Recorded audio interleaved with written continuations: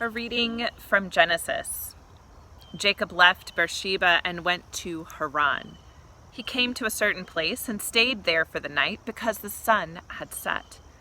Taking one of the stones of the place, he put it under his head and lay down in that place. And he dreamed that there was a ladder set up on the earth, the top of it reaching to the heavens. And the angels of God were ascending and descending on it. And the Lord stood beside him and said, I am the Lord, the God of Abraham, your father, and the God of Isaac.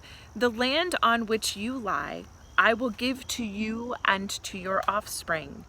And your offspring shall be like the dust of the earth, and you shall spread abroad to the west and to the east and to the north and to the south.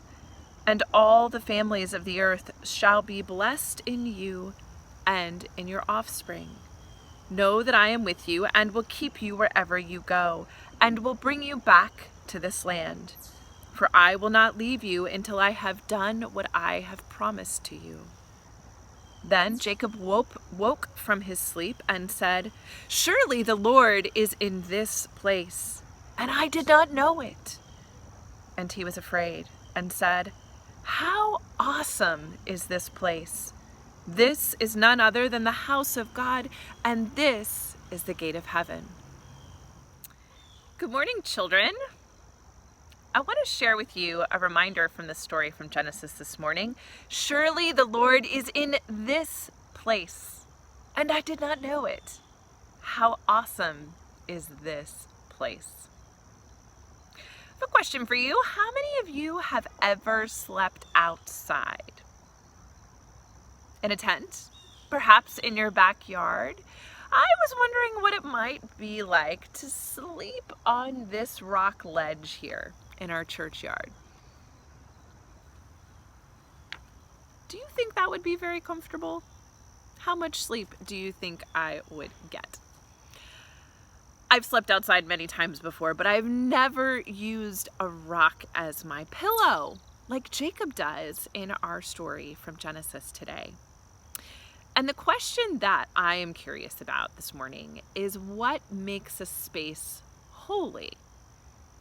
What makes a space holy, and how do you know that that space is holy?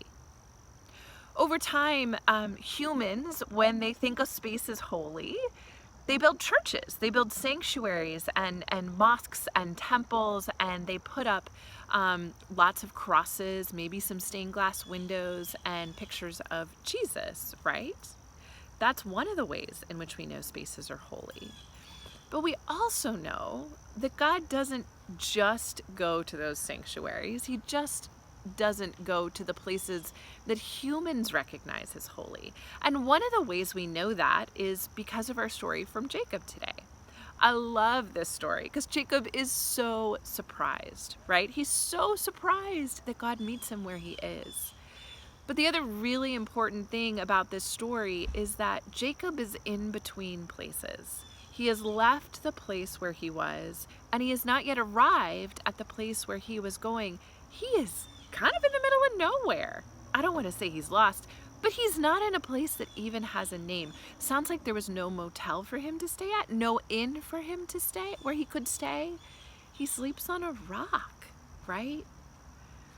And we have this incredible story of God coming to Jacob in the middle of nowhere, in a place that didn't even have a name. God comes to Jacob while he's sleeping on a rock.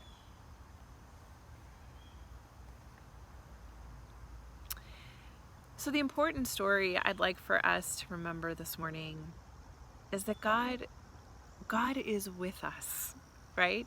It's up to us to pay attention to the ways in which God is present in all of the many, many, many spaces that are marked as holy. What I get from the story of Jacob is that God is able to be present with us no matter where we are. We just have to be on the lookout. So children, while we are scattered, we're not the church gathered, we're the church scattered right now. You're worshiping in your home, and we're worshiping in lots of different ways. It's an opportunity for us to remember that God says to Jacob, Your ancestors will be as numerous as the dust of the earth, and I will be with all of them.